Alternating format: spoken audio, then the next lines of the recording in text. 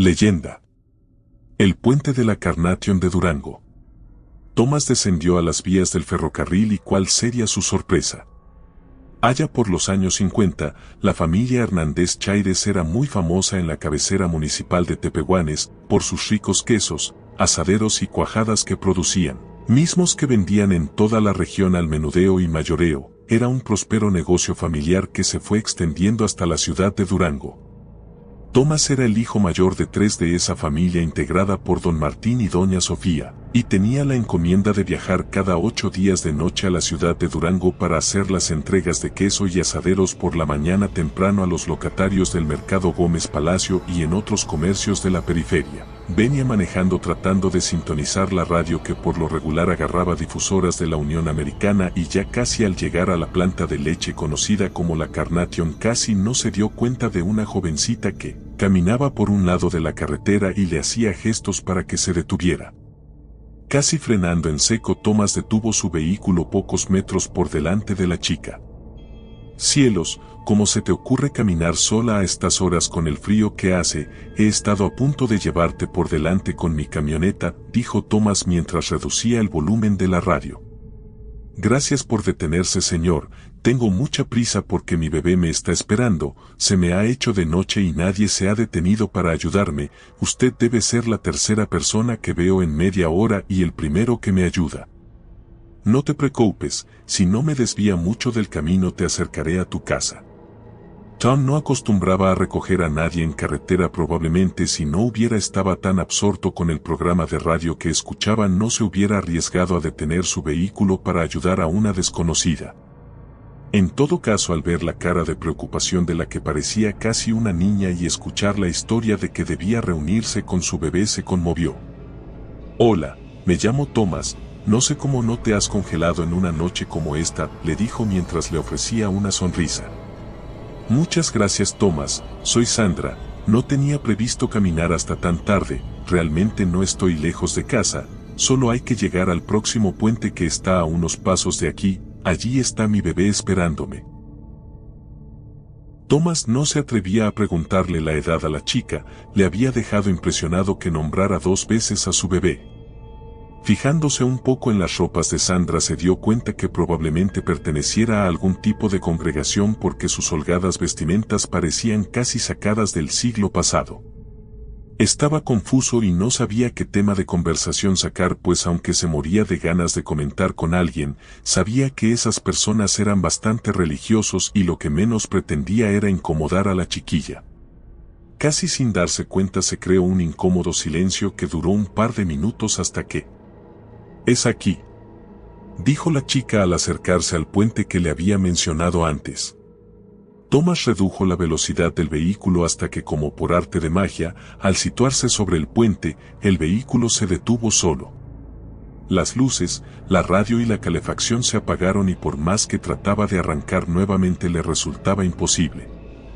Y entonces sintió algo a su izquierda. Era como si todos los animales que habitan la noche se hubieran puesto de acuerdo para hacer un silencio absoluto. No se escuchaba nada, ni tan siquiera el viento mover las hojas de los árboles cercanos. Cuando de repente un suave llanto se empezó a oír, era como un susurro que cada vez se hacía más fuerte. Bajó la ventanilla para escuchar mejor y cuando se dio la vuelta vio que la chica ya no estaba en el asiento del copiloto. Era verdaderamente extraño, porque no había escuchado abrirse o cerrarse la puerta de su acompañante. También le resultó raro que se fuera sin despedirse, pues se había mostrado muy educada durante los escasos minutos que la había conocido. Pero lo que verdaderamente le atormentaba era ese llanto que cada vez era más intenso, como el de un bebé que lleva desatendido horas. Bajó del vehículo y se acercó al borde del puente donde parecía que se escuchaba con mayor intensidad. No había duda, provenía de debajo del puente. Tomás no era un hombre valiente, pero se encontraba como hipnotizado por los quejidos de lo que parecía un bebé. Pensó que tal vez Sandra había bajado a atender a su hijo y por eso, con las prisas, no se había despedido. Así que regresó a la entrada del puente y bajó por uno de los laterales. Descendió hasta encontrarse cerca de las vías del ferrocarril, el lugar del que parecía provenir el llanto. Misteriosamente, y aunque no podía ver nada, cada vez podía escuchar con más claridad el lamento del bebé. Era extraño porque parecía provenir de las vías y por más que miraba junto a su lecho no podía ver nada, pero entonces lo sintió. Como si una fría aguja de hielo se clavara en su espalda, le sacudió un escalofrío que le dejó prácticamente petrificado. Podía notar cómo alguien le miraba desde el puente, una mirada fija que le helaba la sangre. Lentamente levantó la cabeza para ver quién le vigilaba y cayó al suelo de la impresión. Colgando del puente se encontraba el cadáver de Sandra, que parecía haberse ahorcado con una cuerda atada al barandal de concreto del puente.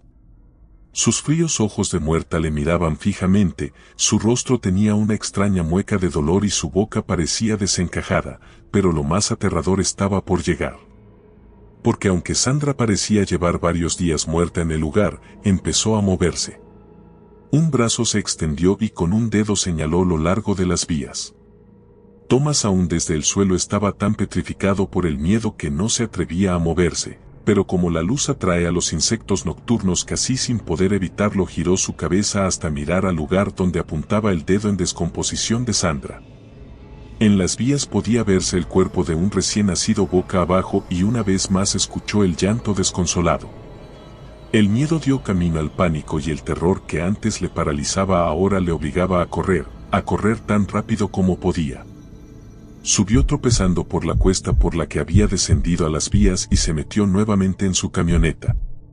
Pero no arrancaba y cada vez se escuchaba más cerca el llanto del niño y el lamento del espíritu de Sandra. Totalmente desesperado empezó a empujar con mucha fuerza el vehículo que, tan misteriosamente se había apagado, se encendió solo al cruzar el puente. Y condujo tan rápido como pudo para escapar del puente de la Carnation, también conocido como Puente Superior. A nadie le quiso contar lo que había sucedido por temor a que lo juzgaran loco, y después de entregar las mercancías, ya no quiso manejar nunca la camioneta, la cual tuvo que venir por ella a la ciudad otro de sus hermanos,